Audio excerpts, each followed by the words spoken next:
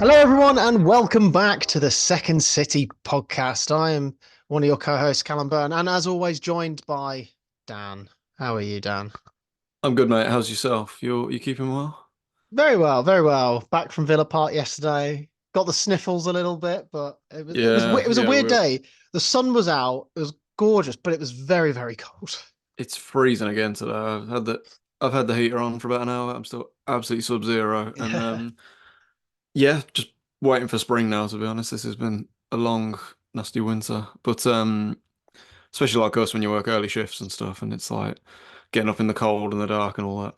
But it sounds like the football warmed your soul yesterday more than Yeah, anything. plenty of goals to keep me energized, Yeah. jumping up and down.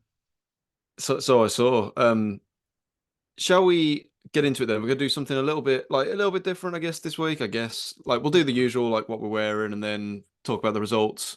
Um, we're gonna do a little something different as well, which we'll preview in a moment. But should we start with what we're wearing, Kel? Yeah, absolutely. Should we So I shall we feel do like we me need to do first? Just get you it out of the first. way. Yeah. Yes. But we'll get onto a little preview of what's coming up later as well, because it does Yeah. tie in. So we're recording this on Sunday morning, actually, which is unusual. Normally do it on the Monday, but Yeah. obviously we both played on the Saturday, so we've been able to squeeze it in here. But we decided quite late, quite last minute to do it now. So I didn't really have time to go digging for another shirt that I haven't worn before on the podcast. So I have cheated a bit this week, and I am wearing one that I've worn before. So you can have a guess, Cal, if you like. I'm pretty sure you know what the answer is. It so it's an X tap, so that narrows it down. So Yeah, isn't away. it a away shirt, white? So I believe this will be 10-11 away. Yes, of course. Wearing it because it is so Tuesday is 13 years to the day since we won the League Cup.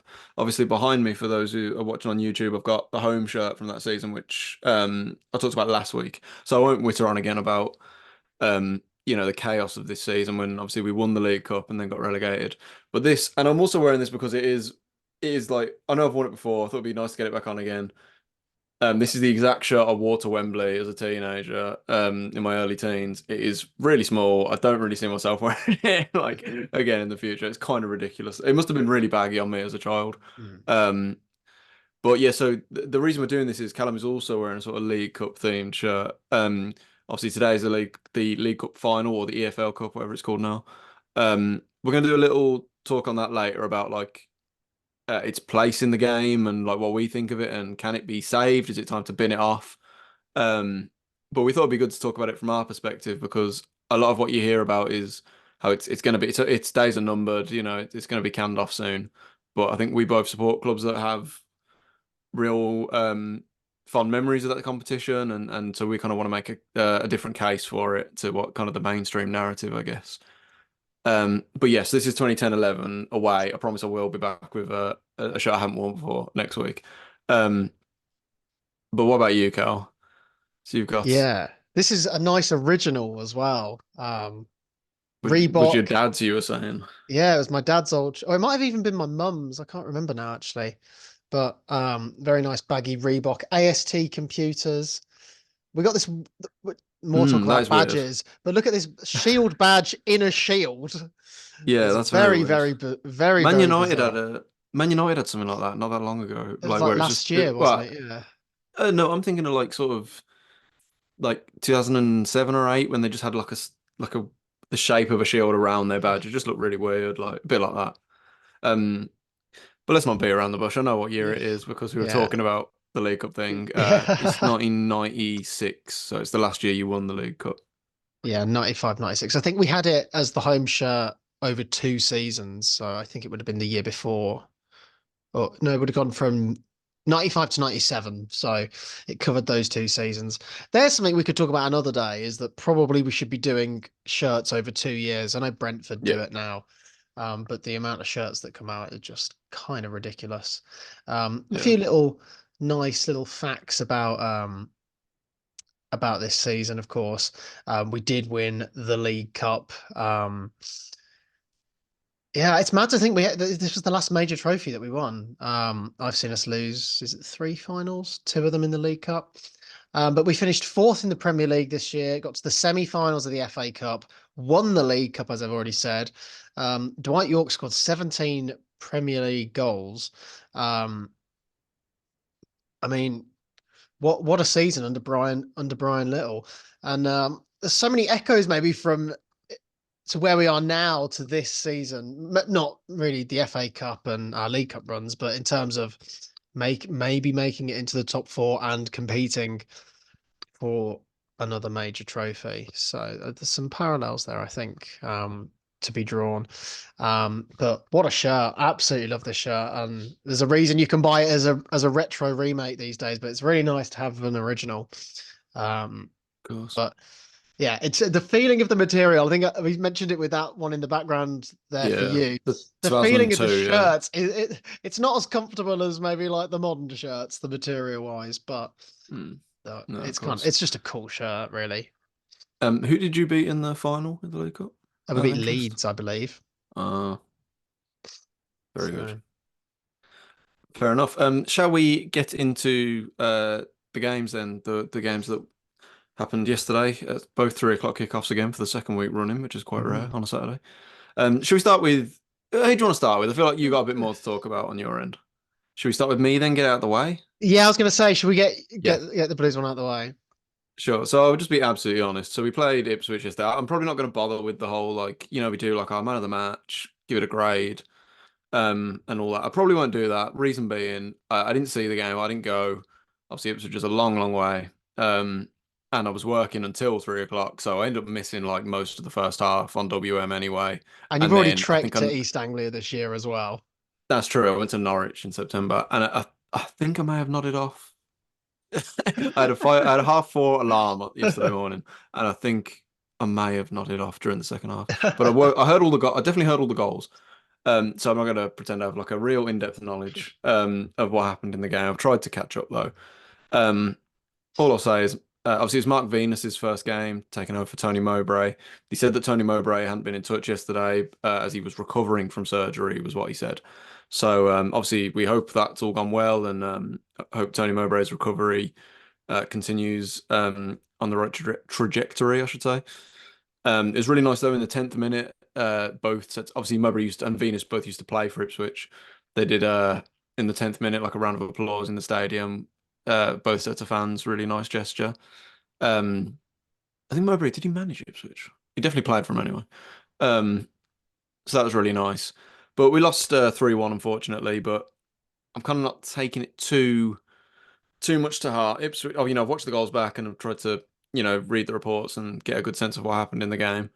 Um, we went 1-0 down to a bit of a, I don't know if you've seen the goal. It's like a shot and it's deflected off the player and he sort of, yeah, not backheeled it, but kind of like flicked it in. And wrong-footed Ruddy. Bit unfortunate. Ruddy's like, I don't really think Ruddy could be blamed for it. I think it's a little bit unfortunate. Um, Sounds like in the first half though we were like mostly not outplayed, but we were in possession, weren't great, and Ipswich are a far more advanced team than us. In terms of their ability. There's a reason they're fourth in the league. Kieran McKenna's done an unbelievable job there in their first season back up. Um, but we equalised. Jordan James scoring a really nice goal in first half stoppage time. He's got 8 goals this season now, which considering he'd only scored 2 in total before this season is a real improvement. Lovely And he assist seems by like someone Koji who's really Miyoshi. kicked on in like the last like couple of months as well. Yeah, he's someone who, even through the whole Rooney thing and everything, seemed to be, performing to a good level and can kind of play anywhere in that three behind the striker and in the sitting two if you need him to as well. So he's a really versatile player. Um, but we lost it to 2 late goals. Like I'm not, as I said, I'm not too downbeat about it all. I think Ipswich are a very good team. They are the second highest scoring team in the league behind Leicester. They've only scored 2 less goals than them. They've scored 68 this season. And they are well, at home, they've scored 44 goals at home now over, I think, 17 games, which is pretty outrageous. So they are very formidable. And they've come into that game yesterday in really good form as well. Um, Won 4-3 against Rotherham in midweek and won their 2 games before that. They score just bucketfuls of goals. So they are a very good team. So they're not. It's a good benchmark to see where we're at compared to them, but it would have been a point gain for sure. And it was 2 late goals as well. And I was thinking a point from here is terrific. But it sounds like Ipswich probably did deserve it in the end. Good to see Dion Sanderson back in the starting 11 as a captain, back from injury. So that was nice to see. But yeah, it's one of them. Only concern is I think QPR won yesterday against Rotherham. Millwall won yesterday. I think they've had Neil Harris go back in there. Sheffield Wednesday, I think, won yesterday. So it actually means we're only 3 points clear of the drop zone again.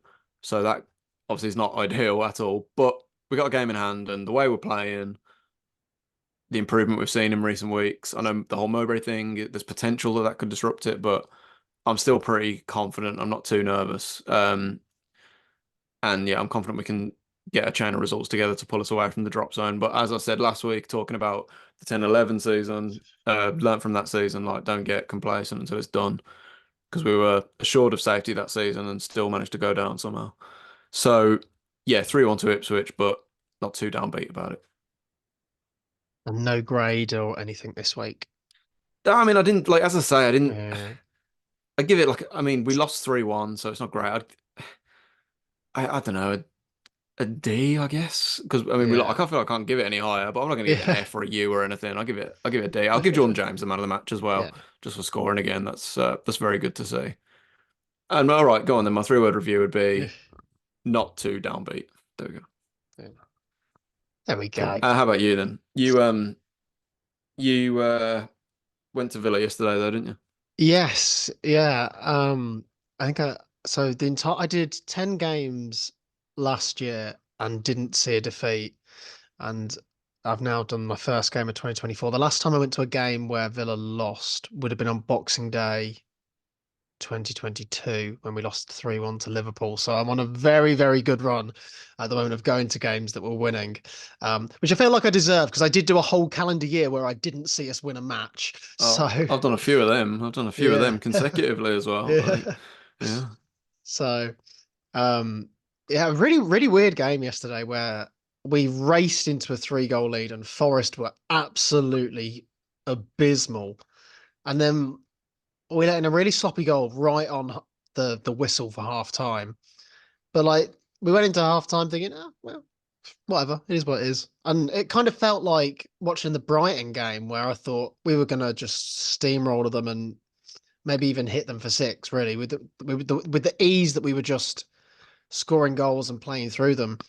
And then we conceded right at the start of the second half, and all of a sudden you've gone from cruising at 3-0 to being 3-2, and all of Pau Torres has gone off injured at half time, and Callum Chambers, who I think the last time Chambers started a match for us was when we played Legia. I think he's only started 2 games all season, so he's barely played other than that.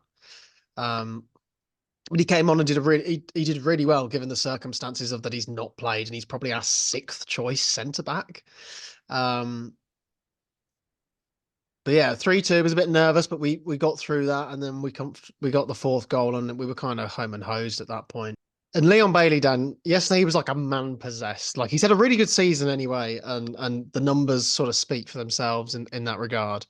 But he was just unbelievable yesterday. I mean, low socks Leon Bailey this year. I mean, I remember watching Leon. I was at the Leicester away game in about April last year, and he had an absolutely terrible game, and which is why he got subbed off for Traore, who came out of nowhere and scored a blinding winner.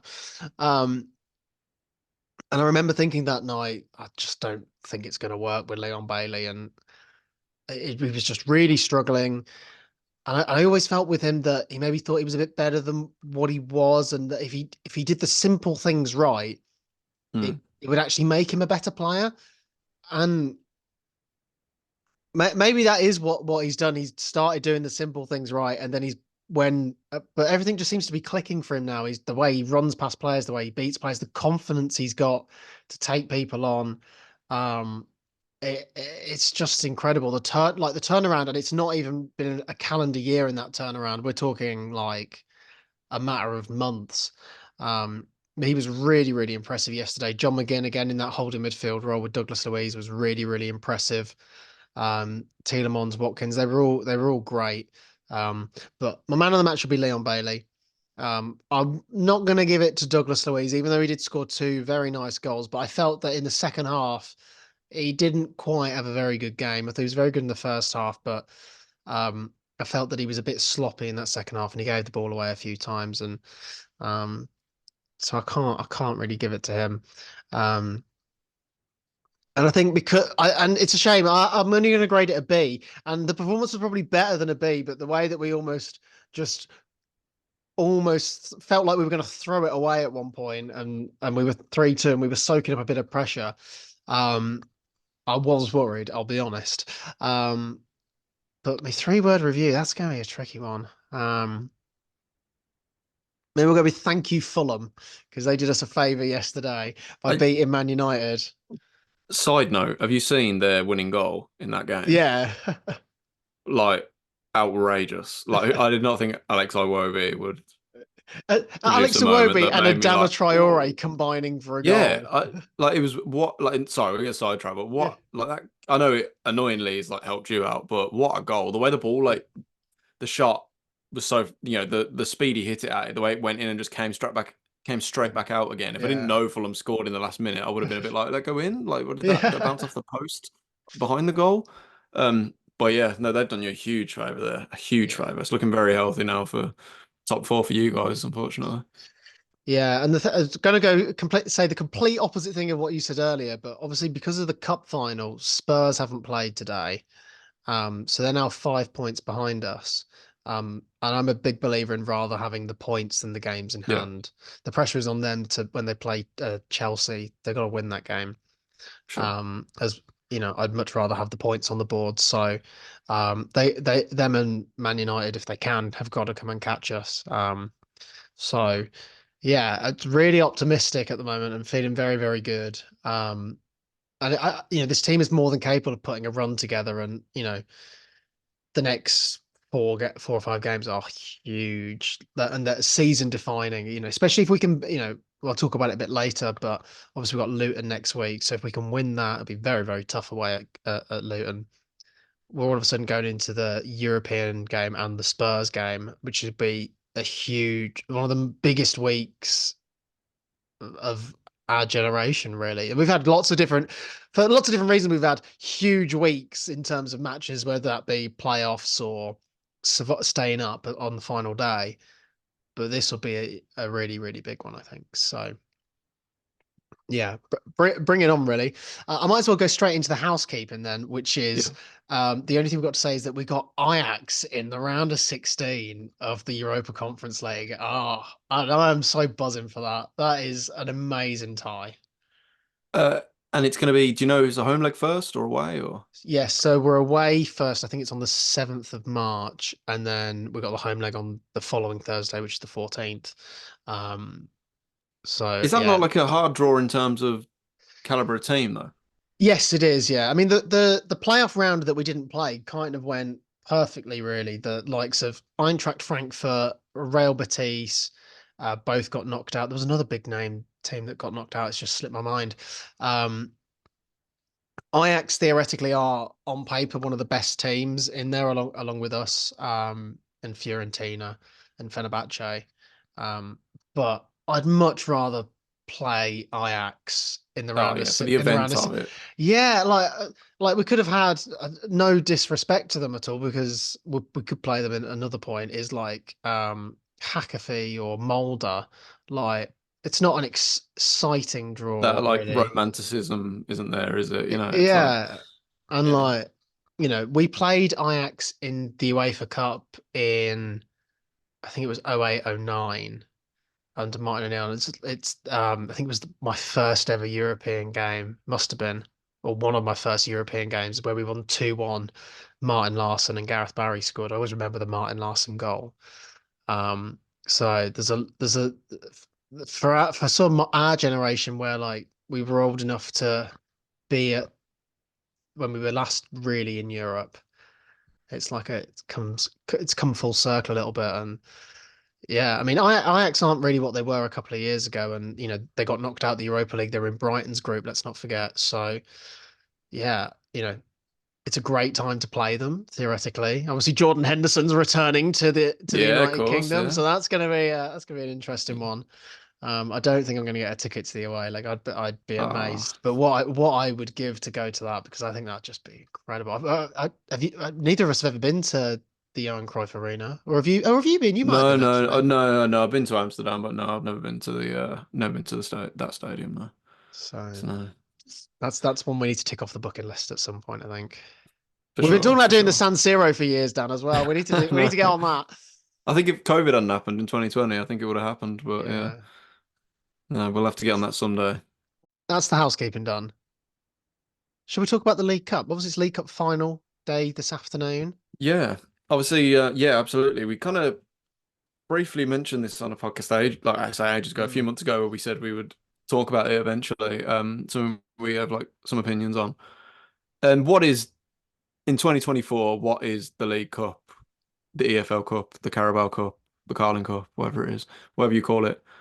Obviously, today's the final of the 23-24 Cup. It's Liverpool versus Chelsea. Um, so England is the only of the top five leagues in Europe. So that's what England, Spain, Germany, France, Italy. The English league is the only one that still has two domestic cup competitions. France got rid of theirs. They were the other only ones that still have one. They got rid of theirs 5 years ago now. So England's the only one persisting with it. And I think a lot of people say, the FA Cup has this romanticism about it and this, this magic of the cup. And I think a lot of people feel like the League Cup doesn't really have that. Um, so where do you stand on it, Cal? Should we keep the League Cup? And if we should, what can be done to make it, prestigious or make it worth competing in? Because teams just don't seem to take it seriously at all. Everyone rotates the squads massively. We even see it in the cup finals. I remember when you played Man City in 2020, Man City played like a weakened team in the final. Do you remember that? Yeah. And I know a Yeah. Man City weakened team is still a very strong team, but I even mean, I so, mean, I mean, our team wasn't exactly very strong. Not through no, an rotation, island but in just because goal. we were. Yeah, well, we didn't play the first choice goalkeeper, of course. Yeah. We played. I was talking about. We were talking about this game at yesterday at the football, and I was telling my dad, I was like, "Do you remember? Do you remember who played? Do you remember our front three, our attacking front three in that final?" And he was like, "Oh, I'm not sure." So we had El Ghazi on the left wing, Samatta through the middle, and El Mohammadi on the right wing.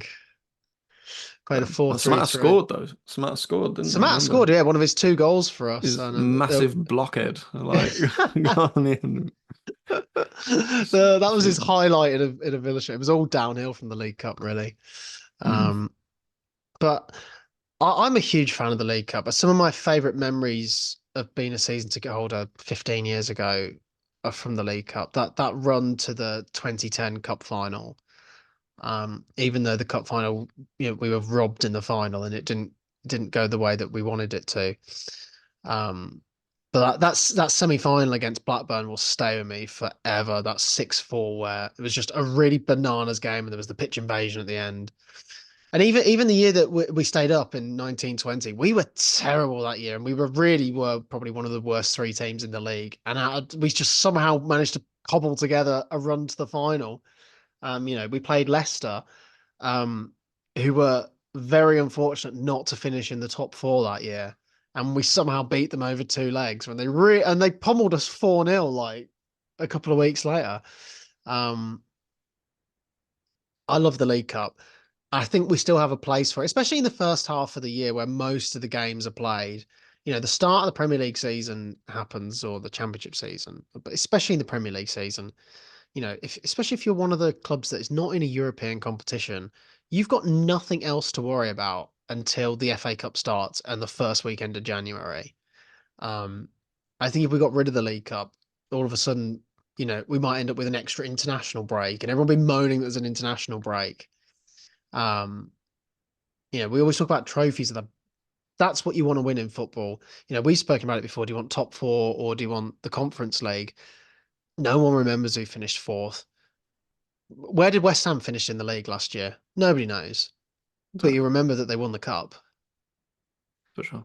So, um, but they need to stop ruining the League Cup. And that's part of the problem. They got rid of the away goals in the semi-finals. They want to make the semi-finals one-legged. The two-legged League Cup semi-finals are some of the best football matches you can Yeah. ever have. Maybe we haven't had the classics of the last couple of years, but there's been some real crackers over the years. I mean, as I said, the 6-4, you're wanting that your run to the West final Ham. against Yeah. West Ham. Like, Yeah. 4-3 on aggregate. So we were we were 2-1 down after the first leg and then went 1-0 down in the second leg. So we were 3-1 down and then won 4-3. And it was just like outrageous. Yeah, I completely agree. And I think obviously the conversation seems to come up every year, but it's Mm. particularly relevant now because unless something's changed, as far as I'm aware, the Champions League format is going to expand next year so they're going to kind of abandon the group stage and instead of like groups of 10 or something, it's something absolutely ridiculous UEFA have came up with. Long story short, means the teams in the Champions League will have an extra game or possibly two every in the first half of the season. That basically means the League Cup is further marginalised, more midweek spaces are being taken up, and there's a lot of questions asked about like fixture congestion and so on, and how feasible it actually is um, to keep the League Cup and this new Champions League format at the same time. But I think this is the issue with the League Cup and the FA Cup. So like this year's final is between Chelsea and Liverpool. So that means two of the big six in inverted Mm. commas are going to be uh are going to win it. One of the big six teams is going to win it again this year, and that'll be the sixth year in a row that that's happened. Um, but they don't win it for the romanticism of winning it because it's a cup. To them, it is, oh, at least we've got this. If their manager's under Yeah. pressure, if they don't win the league, or if they don't finish in the top four, oh, well, we had a trophy at least. That's kind of how they treat it, and that's the problem with the League Cup is it's treated as like a something to Get fall out of back on jail free, almost. isn't it? Like, Yeah, do you remember completely. when Wigan won the FA Cup and they beat Manchester City in the final, and it meant Manchester City went a whole year without us or a trophyless season, and that's why they sacked Mm, Mancini. Forget that he yeah, won them their very first Premier League the year before, but the year after they didn't win anything, so they sacked him. Like, but if he'd have yeah, won the FA Cup, he'd have been fine. yeah, completely. And that's kind of the issue with it is these teams. It doesn't. They're kind of I remember it used to always feel like a top team and then like, another Premier League team or maybe a championship team would get to the final. But that feels like that never happens anymore because it's a weird like contradiction where the big clubs don't really care about the League Cup. A lot of clubs don't care about the League Cup, it seems, but the big clubs still want to win it and they'll do just enough to win it or get to the final because they need that like little bit of prestige. And that's the problem. They dominate it. So no teams. So like Blues, we won it in 2011. Who's won it since? Swansea won it the following year. Yeah. No, 2 years later, Swansea won it. Has any other like underdog team won it since? I don't, like a team outside of the big guns. I don't think they have. I know Sunderland got to the final one year. Southampton got to a final. Yeah, I was gonna say Man United have won it a couple of times. Manchester Yeah, City Man won it. Did they City win have it won it 4 years? loads. They won it like 4 or 5 years on the trot, didn't Yeah, they? Liverpool have won it twice, I think, in that time. Yeah. And so it's a weird Oh yeah, like. Chelsea beat Spurs in a final as well in like Oh, of 2016. course, yeah. Um, and yeah, so it's just a weird place. And so my point being that the big clubs don't really care about it. When it gets binned off, they won't cry for it, but they're more than happy to dominate it so that no one else really experiences how important it can be. And I know you've not won it, like very sad, of course, but in our lifetime. But at least how you've been to the cup finals. You know how big it is. You had that big run, that two-legged semi-final win. So you know how significant it can be. A lot of clubs just don't get that anymore, I don't think, which is maybe part of the problem. Yeah, I mean, part of the problem as well, I'd say, especially in the last maybe like 5 or 6 years or whatever, is that since that big TV deal came in around for the 16-17 season, the gulf between, especially you can see it in the Premier League, but the gulf between the top of the Premier League and the Championship is just getting bigger and bigger and bigger. If Mm, you exclude maybe the clubs which get the parachute payments, for example, um, and Manchester City can, oh, okay, they haven't got to the final this year, but their second team would probably finish in the top four in the Premier League. yeah. You know that how Burnley and Sheffield United have won 3 games of league football all season. You know, Mm, and then if you look, then maybe down the leagues at the Championship, League One, League Two. Okay, when you're early on in the season, maybe it doesn't matter so much, but you know, if you're a club that's aiming for promotion or aiming to stay up in the division, the cup competitions you do not care about. When we were in the Championship, I would have loved for us to go on a cup run. It's not the priority. Trying to get promoted was the main thing. Um, mm. okay, it goes against maybe what I said of no one cares who finished fourth, but I think when promotion is maybe a little bit different to maybe in the Premier League where, you know, Yeah, of oh, course. Yeah. we might finish 14th or we might finish 8th. Yeah, it's a top half finish, but give me a cup run. Yeah, And I sure. think that's part of the conversation every year is that those mid-table Premier League clubs, so many of them just don't even try in the League Cup. You know, Mm, like, like Fulham got to the semi-finals this year is, a really good run for a club that's going to finish mid-table. Um, yeah. you know, there's so many others in there, like where Crystal Palace or, and Yeah, the Everton. teams that are doing Spurs. Why does nothing, they're not Spurs like, never take these competitions I seriously? They know. haven't won a trophy for it. They're the butt of so many jokes because they don't win trophies, and Mm, they're a Big Six, Sky Six club, sure. and they don't take them seriously. I think like as the Athletic put an article out about it this weekend, so I was giving that a read. It is interesting because it feels like financially the League Cup cannot compete with the other big competitions. So it was saying on there that the prize money for winning the League Cup is 100 grand, which is probably half of I don't know, Bukayo Saka's wages for a week. It's absolutely nothing. Even compared to the FA Cup winner gets about £4 million, and then the Champions League winner gets like £17 million or something. So it really cannot compete in that sense. But it was interesting as well. As it was saying on there about how the League Cup TV rights, obviously Sky Sports, the League Cup rights are sold as a bundle with with the league games, so the Championship, League One, and League Two, uh, and they reckon because the later stages of the League Cup involve big teams, they get more viewers than even a big Championship game usually. So they reckon the League Cup's actually responsible for roughly 60% of like the income of that deal, which is a huge chunk. So the League Cup makes more money for the EFL, even though it's a bit part player, far less games. It makes more money than the Championship, League One, and League Two do to them clubs. And I was reading as well, they reckon like Wimbledon have played Chelsea and Arsenal in the last couple of years in the League Cup, and they reckon just in shared gate receipts, that's made them £500,000, which is like a huge deal to them. So the theme here is that the clubs at the top of this would be a shocking revelation. This is a competition which is worth keeping around for the benefit of the lower teams. Um, no, not so much, and not so much the big clubs. The big clubs just don't care. It means nothing to them, really, in the grand scheme of things. So it's a tough one. But I think there's also an argument to be made that obviously I mentioned like us winning the League Cup in 2011, the ultimate high, and like you said earlier, like I don't think any Blues fan would trade in staying up that year for the cup win because the memory is the cup win, and one day we'll get promoted again, and we hopefully move on. um, but uh, but also today, so we're recording this on 25th of February. Today's I was reading is 23 years to the day since Blues lost to Liverpool in the League Cup final, or the Worthington Cup as it was known back then, at the Millennium Stadium, and lost on penalties, and was obviously it's a little bit before our time, but Blues were very unlucky not to get a second penalty in extra time. Obviously, if they'd scored, that would have made it 2-1. And you hear so much still to this day about like, the anger that caused and the heartache that caused. And that's like the two complete ends of the spectrum of being a football fan have come in this competition as a Blues fan. And so I feel like any Blues fan who says get rid of it, or it would be completely missing the point almost. Yeah. Yeah, absolutely. I mean, to go back to the TV rights as well, I have something.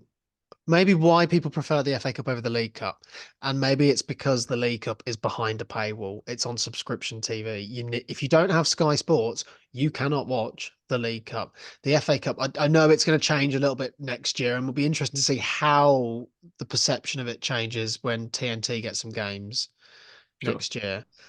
But the FA Cup is always on free to air. True. Everyone True. can watch it.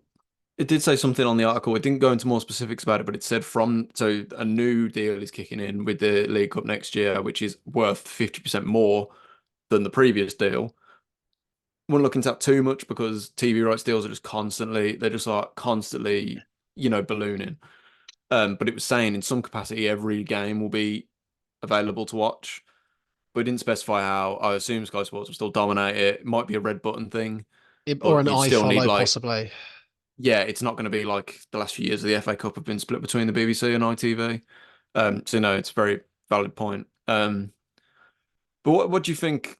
What do you think can be done? Anything in particular that like can improve it? Because the only thing I off the top of my head think, but again, you got to be careful with this, is having I think a maximum number of changes from the previous league game. I think could maybe help bring a prestige back to it. So say, because teams come out and they change all 11 players. Maybe if clubs set like if the competition rules I where you can don't think only you can change. police it though, because of True. things like injuries or suspensions. Or for an example, go back to 2020 when we played Liverpool. Liverpool were playing in the Club World Cup and they couldn't field their starting at 11 even if they'd wanted to. Mm, Because they were all at the Club World Cup. They had to play like the under 21s, or if you think to the FA mm, Cup when okay, in COVID, but our entire first team caught COVID. We had to play the under 21s. So I don't know. There's probably ways to do exceptions, but I just don't think you could police it. I think you're true. I better think off getting like some changes I think they've made are really good. So, binning off the extra time in like the yeah, lower stage and just go straight to penalty shootout, get a winner. I think that's a really good change. Keep the two-legged semi-finals. Yes, it's an extra game, but I mean, we played 3 games in January, yeah, like, completely. and only 2 of them were in the Premier League. You can afford to have a two-legged League Cup semi-final in there, Mm, especially if, like many years, you're mostly getting Premier League clubs in there or your big six clubs, um, and maybe put the final on free to air. I think if all of yeah, if you can still have it on Sky Sports, but if Sky Sports put the final available on like TNT, they'll put the game on the Champions League the final on Champions you League final. Yeah, so people can watch it, or you do a deal to make Channel 4 take, or a BBC, they'll take your coverage of it. Like there's deals mm, like that you can make. All of a sudden your viewership will go through the roof as well. People are like, oh yeah, the League Cup final's on, not oh yeah, yeah, the league I didn't realize the League Cup was on today. yeah. And I think, uh, and going back to the point about maximum number of changes and so on, I understand it can be a real positive thing to be giving the slightly marginalised players or the younger players a chance. Jude Bellingham made his debut for Blues in the League Cup. Um, But if they could find a way to put in, say, you can only make like 5 changes from the previous league game, it would maybe mean they have to give the players that are more marginalised, instead of giving them all their opportunities in the cup games, they maybe have to utilise them more in league games as well, Yeah. because they have to, the managers will know they have to keep some of their best, their, star players for the league cup game as well. So that's just one thought. Other things I think, um, easier said than done, but get a proper name for it, like. Yeah. Carabao Cup. Come on, it just sounds dreadful. It It sounds sounds like a Tim fake. Pot. It sounds Tim Pot. It sounds fake. Yeah, it sounds like something out of a parody. That's why we still call it the League Cup. That's maybe just like, I don't know. Well, That's they had that like, one season, that Southampton Man United final, where it was just the EFL Cup. yeah, which sounded good. Yeah. Like it's But the then League like, Cup. Just call it that. Like and the FA Cup has a sponsor now, but it's still no one calls it that. Yeah. You could call it the Carabao League Cup or Yeah. something. You know what I mean? Yeah. And I think don't get me wrong. Some of the sponsor names, the Carling Cup, I don't know, sounds good to me. Maybe that's just a generational thing. Worthington Cup sounds good. The Milk Cup. The Milk Cup. Yeah. Come on. Um, Another thing though is, again, it's easier said than done, but is attendances. So been to a few. I went to the Blues Cardiff game in the League Cup this year. Been to a few of them over the last few years, and the atmosphere is dreadful in those early rounds, which is ironic because the later rounds, going to that Villa game in the quarter final, the West Ham semi final, they're like two of the most incredible atmospheres I've ever seen at St Andrews. But the early rounds really are a slog.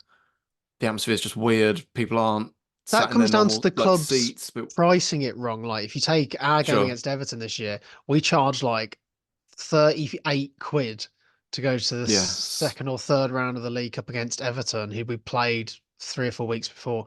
yeah, That's just crazy. That's where you want it to be like kids for a £10, quid.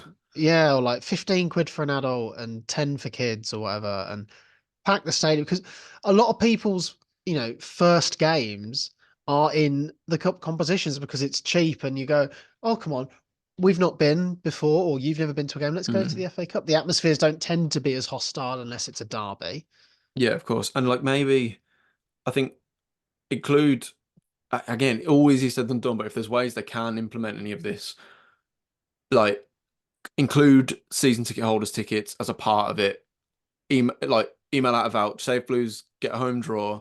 I know your season ticket doesn't count for it. You have to pay extra, which I think puts a lot of people off, as well as like the cold weather and all that. I would say, email out a voucher, all season ticket holders, you've got free entry or really, really cheap entry, like a fiver, just to encourage people back in because the attendances are so bad at some of these League Cup games. Um, so I'd definitely say that. I'd say things like Kids for a Quid could be a great idea. But then there's maybe an issue of um, obviously obviously the time period that the League Cup takes place in, it's kind of mainly the winter months. It's dark, people got work the next morning, school the next morning. Maybe this might sound really like Tim Pot, but maybe move the kickoff times a bit earlier. We mentioned them removing extra time, which is great because you can just like on a Tuesday night in December, you got work the next morning or whatever. You don't want to be out too late. It's really helpful that the game's a bit earlier. Um, like Yeah, that's ends the or the problem with game the will end on television time. deals is like how many like Premier League games do like Amazon or like it was Saturday yesterday and we had an 8 o'clock kickoff. Yeah, Like bizarre. Yeah, or so we've had midweek games that are kicking off at 8:15. Like that is just yeah, it's crazy. crazy. Crazy, crazy. Especially if you're going to a completely packed out stadium that takes forever to get away from as well. Um, but yeah, so there's just a few of our ideas. But in summary, keep the League Cup. We're big fans. Find a way to make it work. And I would say don't. Someone suggested make the winner get Champions League qualification. I say no to that, absolutely no, because It again, it's used not to be about Europa winning League, that. but I think is it now? Is it still Europa League or is it the Yeah, yeah, it's Conference still League now? Europa to my knowledge, but that again would just make it about getting into the Champions League and stuff, and that's not what we need more of. It should be about the prestige of that cup rather than what you get from it. Um, but yeah, there's just a few of our suggestions. Anyway, next week's games. You're playing at 3 o'clock. You've got Yeah. another huge, huge game against a very tough side who are trying to bounce back, Mm, or well, I say bounce back, but trying to get promoted. Southampton at home, yeah. Dan. Yeah. Yeah. Very tricky game, and obviously them Ipswich and Leeds are really kind of the three behind Leicester at the minute, are kind of completely running away with it. Uh, at home, first game since obviously Mowbray's having some time off. It's a first time game with Venus running it. Probably Southampton are a very good team, so there's probably never a great time to play them. But if there is ever a good time to play them, it's now. Southampton have only lost 7 league games all season, but three of them were in their last 4 games, and they lost at home to Millwall yesterday. I know, like Neil Harris has just gone back in there, so Millwall maybe got a bit of that new manager bounce. But in recent weeks, they've lost to Hull at home and Bristol City away as well. But they're a very good team when they turn it on. I mean, they beat West Brom only, so their last win would have been a couple of weeks ago. If that, beaten 2-0 away, really good result for them. And before this little sticky patch, they'd gone 25 games unbeaten. So that took them from the 30th of September through to the 10th of February, where they didn't lose a league game in that entire time. A bit like Leicester, they are just a Premier League team in the Championship.